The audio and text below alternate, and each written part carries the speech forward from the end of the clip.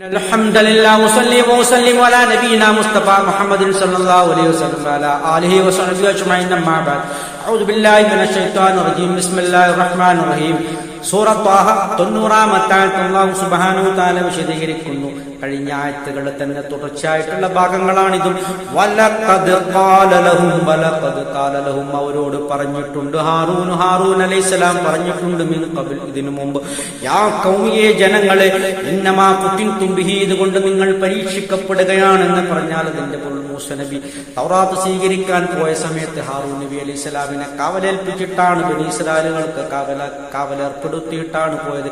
ആ സമയത്ത് ഈ തരത്തിലുള്ള വഴിപഴകൾ അവർ ചെയ്യുമ്പോൾ കൃത്യമായ ഉപദേശ നിർദ്ദേശങ്ങൾ ഹാറൂൻ നബി അലൈഹിസ്സലാം കൊടുത്തിരുന്നു. അതിനെപ്പറ്റിയാണ് ഈ സൂചന.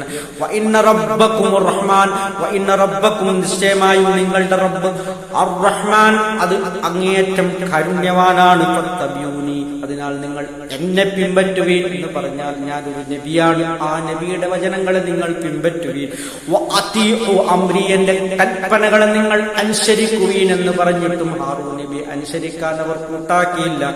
അവർ ഹാറൂൻ നബി അനുസരിക്കാൻ കൂട്ടാക്കിയില്ലെന്ന് മാത്രമല്ല, എന്താണ് അവരുടെ മറുപടി എന്ന് കേൾക്കൂ. ഖാലു, അവർ പറഞ്ഞു, ലന്നബ്റഹ, ഞങ്ങളായിക്കൊണ്ടേയിരിക്കും, അലൈ അതിന്റെ മേൽ എന്ന് പറഞ്ഞാൽ ഈ കാളക്കുട്ടിയുടെ വിഷയത്തിൽ, ആക്കിഫീന ഞങ്ങൾ ഭജനമിരിക്കുന്നവരാകും, ഹത്താ യർജിഅ ഇലൈനാ മൂസ, ഹത്താ ഏതുവരെ, യർജിഅ ഇലൈനാ ഞങ്ങളിലേക്ക് മടങ്ങി വരുന്നത് വരെ, മൂസ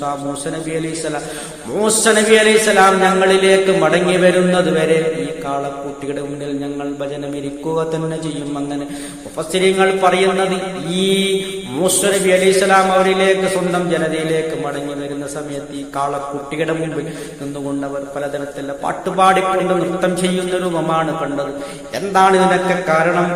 ഈ ബനി ഇസ്രായേലുകൾ യഥാർത്ഥ പാതയിൽ നിന്നും തെറ്റിപ്പോയിട്ട് ഒരുപാട് കാലമായി. കാരണം ഈ കിബിറ്റുകൾ എന്ന് പറയുന്ന ഫിറോന്റെ ജനതയിൽ നിന്നും അവർ തനിച്ച ശിർക്കും കുഫറും വിഗ്രഹാരാധനയും ശീലിച്ചിരുന്നു. അതൊക്കെയാണ് ഇവർക്ക് അതിനോടൊരു പ്രത്യേക തരത്തിലുള്ള ആവേശം തോന്നാൻ കാരണം.